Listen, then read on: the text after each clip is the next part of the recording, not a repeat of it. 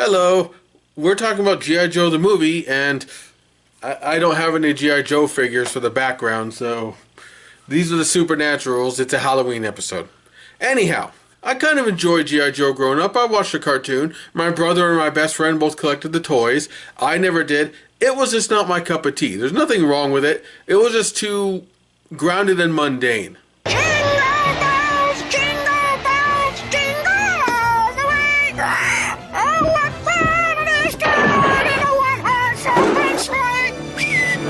Relatively, obviously. If you can't tell from the last few episodes, as a kid, I was really into the fantastic, the science fiction, the fantasy, swords, robots, lasers. That was the kind of stuff I really enjoyed. I was not into a real American hero, so to speak. And so, for me, G.I. Joe was never that big of an appeal. Like I say, I watched the cartoon, I enjoyed it, I didn't dislike it. And that's probably the same reason why I tend to like the G.I. Joe a lot of the hardcore G.I. Joe fans don't. I really enjoyed the live-action movies, even though to the hardcore fans they were a betrayal of everything it stood for. And I can't say I blame them for that, but I really enjoyed them. I also enjoyed this movie, even though a lot of fans hate it, because it brought in just what I wanted. Science fiction, weird creatures, world-ending catastrophes, instead of simply tanks and planes and bombs. So again, if you liked classic G.I. Joe and hate this movie because of that, I understand. I get that this is the weird thing in G.I. Joe. But it's a weird thing I love. So sit back and enjoy our review of my favorite of all these 80s movies, G.I. Joe the movie. It's the 80s, do a lot of coke and vote for Ronald Reagan. We begin with the greatest sequence in all animation, or at least among them. Crashing through the sky comes a fearful cry, Cobra!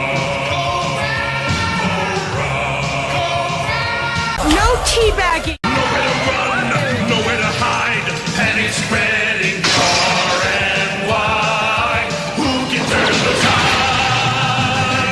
G.I. Joe! G.I. Joe! To me, this is almost a perfect opening. This tells you everything you need to know about what G.I. Joe and Cobra are. G.I. Joe is the code name for America's daring, highly trained Special Mission Force. Its purpose, to defend human freedom against Cobra, a ruthless terrorist organization determined to rule the world. Everybody got that? It's exciting and thrilling. It's corny and cheesy. It's old-fashioned G.I. Joe fun. And it's showing off all of these heroes doing their hero thing, stopping the villains, because in this movie, we're going to spend a lot of our time with our classic heroes out of commission. Now, what makes it better is they're not being killed off like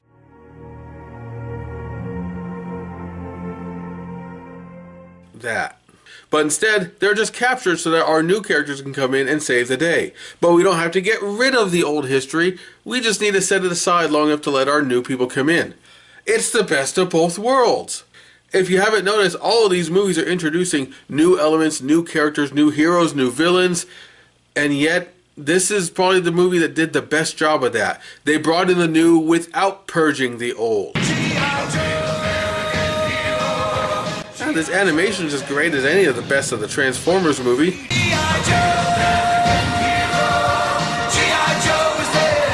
Shingo is a man.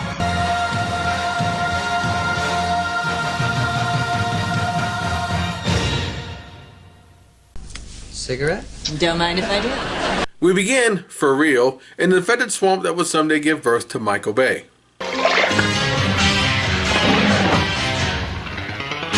Ah, the food chain, graphically depicted. And, oddly enough, this will actually be an appropriate motif for the movie. And it turns out this is actually the swamp surrounding the Terrordrome. Ah, yes, a big bulbous batty base in a fetid swamp. Where have we seen this before? Meanwhile, at the Hall of Doom. This commute is murder. And a thing emerges from the water and carefully avoids all the patrols while heading toward the Terrordrome. A rather disturbing, Geiger-esque thing. Oh, you don't like Geiger-esque things? No. You're going to want to turn this movie off because this is full of it. Inside, in the throne room, Serpentor is being given an after-action report by our various Cobra agents on the events of the prologue. The fault most imperial Serpentor lies not within us, but within you! Your leadership has been pompous, pusillanimous, and pathetic! Chris Slotta arguing against a leader and planning to usurp him? Where have we seen this before? I nominate myself as the new leader! At least they're copying good stuff. Yes, leadership is at the very heart of this matter. I'm sorry. I'm trying to take Serpentor seriously, but his bobbing shoulder snakes are just throwing me off. My loyal subordinates could testify to my superb stewardship of Cobra, but you don't have the courage to let them speak! And as the leaders describe what happened, they all put the blame squarely on Cobra Commander. Just because it's completely his fault, and he was the one who actually brought the bomb that was used and ordered the retreat, and failed in all ways, but still, how can you blame him? The Geiger-esque object from before emerges, and it turns out it's the periscope for a living submarine, and out from it emerges a mysterious figure. This intruder manages to effortlessly infiltrate the Terradrome stage by stage, showing off all sorts of cool powers and weird organic devices. It's a very Yuuzhan Vongi invader, isn't it? This is at least partly due to Cobra Commander seeing the intruder and deliberately leading the defending forces away, and the intruder manages to get isolated with Serpentor and reveals herself to be Pythona. I have seen... I have seen you before. I am part of your destiny. And she gives Serpentor a new task to achieve: tracking down and stealing the broadcast energy transmitter. Some new MacGuffin that, well, let's find out what it is. In the snowy mountains somewhere else, G.I. Joe are testing out the exact same thing, the BET. And it works, able to turn on all the G.I. Joe's vehicles, but before they can actually deal with this, Cobra attacks. This operation is costing us dearly! I hope your contraption is worth it! Do as you're told, like an obedient lackey! Lucky! You dare call me up! Ah, Cobra Commander. As delightful as Skeletor. Yes. The Cobras have the G.I. Joes on the run with their surprise attack, but Duke breaks through, gets onto the BET, and uses it to activate the Joe's vehicles so they fight back. And so he single-handedly turns the tide. Where have we seen that before?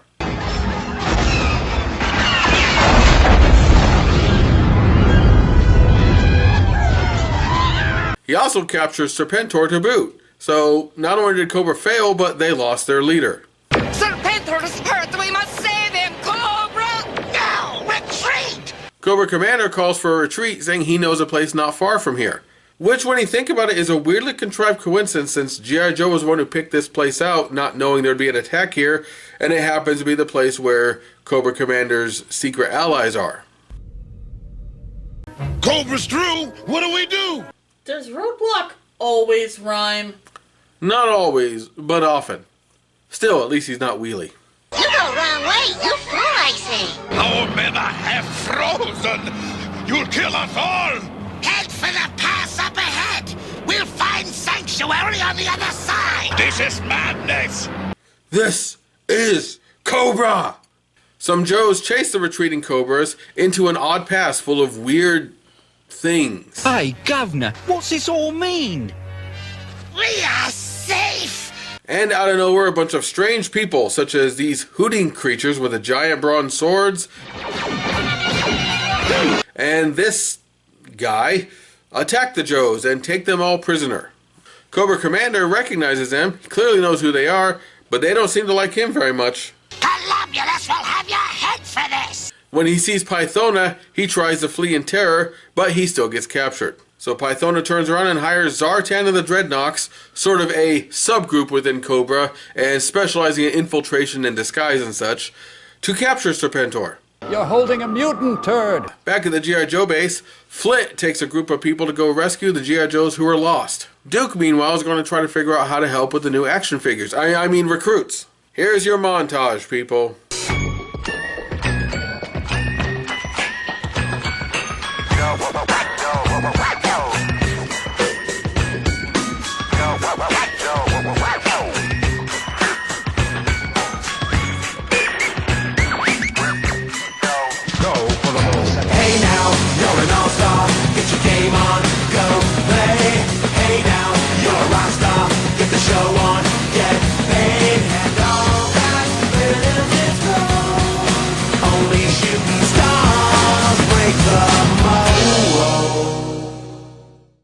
And Jinx is the only one who's at all interesting with the whole blind ninja thing. Because ninjas are awesome. Meanwhile, Hot Rod, Falcon, well, he's basically a Hot Rod, is being a numbnut. Don't worry about it, Heather. When you're lucky enough to have Lieutenant Falcon for a guide, you have nothing to fear but Falcon himself. Duke shows up to chew him out and put him on guard duty. Because who else do you want to be on guard duty but the numbnut who can't do anything right? Jinx, escort this young lady off the base on the double. Let's go, Goldilocks. I had a wonderful time, Falcon. I've never felt smarter than someone else before. It's an interesting feeling. And his date was actually... Your Honor, I didn't know it was you. What is that? Oh, that's my surprise face. I'm that surprised. Oh. Using Zarana's information, Pythona and Nemesis Enforcer, the giant brute from earlier, come in with the Dreadnoks and break into G.I. Joe base. I'm getting a nasty little feeling like a train's coming in and I'm going to be under it. Know what I mean, Gung-Ho? Yeah, we're all antsy tonight, Alpine, but don't sweat it. That new kid, Lieutenant Falcon, is guarding our outer perimeter. Oh, well, and it's not like he's being a useless chuckle fuck or anything. Meanwhile, Falcon is being a useless chuckle fuck. Nice legs for a grease monkey, soldier. Falcon! Ow! Want me to kiss it and make it better? And you should be guarding Serpentor. Don't sweat it. Nobody can even get close to the stockade without an ID bracelet. As useless as he is as a guard, Falcon is really good at setting up montages to describe just what the enemy is doing as they do it. They'd still have to blast through a couple of yards of super hard concrete. Uh-huh. Then they'd have to get past 3 of our best guys. Wait, then why is Bazooka there? Give me a break, bubblegum brain. Gung-Ho manages to sound the alarm before they all pass out, but nevertheless they get Serpentor and wound 3 crucial Joes, well, 2 crucial Joes and Bazooka in the process. You're confined to quarters until court-martial. Get him out of my sight. Wait, you're gonna lock him in his quarters after this? Why do we even have a brig? Ugh, filmed in black vision. I'd make a vagina joke, but I think that might actually be a literal vagina. They take Serpentor to meet Golobulus, their leader, voiced by Burgess Meredith. Know that I am Golobulus, supreme ruler of this kingdom of Cobra. You may now choose between a penguin joke or a Rocky joke. Women weaken legs. A ridiculous costume. Serpentor is the product of my genetic engineering. Silence, Doctor. But we combed the tombs of history's most powerful leaders for DNA. Didn't it ever occur to you that such a brilliant plan was beyond the capacity of even your fine intelligence? Brilliant? I saw that multi-parter. They treated military genius and leadership skills like hair color that's just on your genes you pick up and mix together. But what if Cobra also extracted the strategic qualities of these ancient warriors? So, is the pincer maneuver dominant or a recessive trait? At Falcon's hearing, Duke stands up for him and says that yes, he's a tool, but he's a tool worth sticking with because there's a good Joe in there. So instead of being kicked out, he gets sent to the slaughterhouse. Although the way everyone's acting, it sounds like he got sent to Rurapente. Better to kill him now and get it over with. And now for a little clever parallel that I honestly didn't get right away.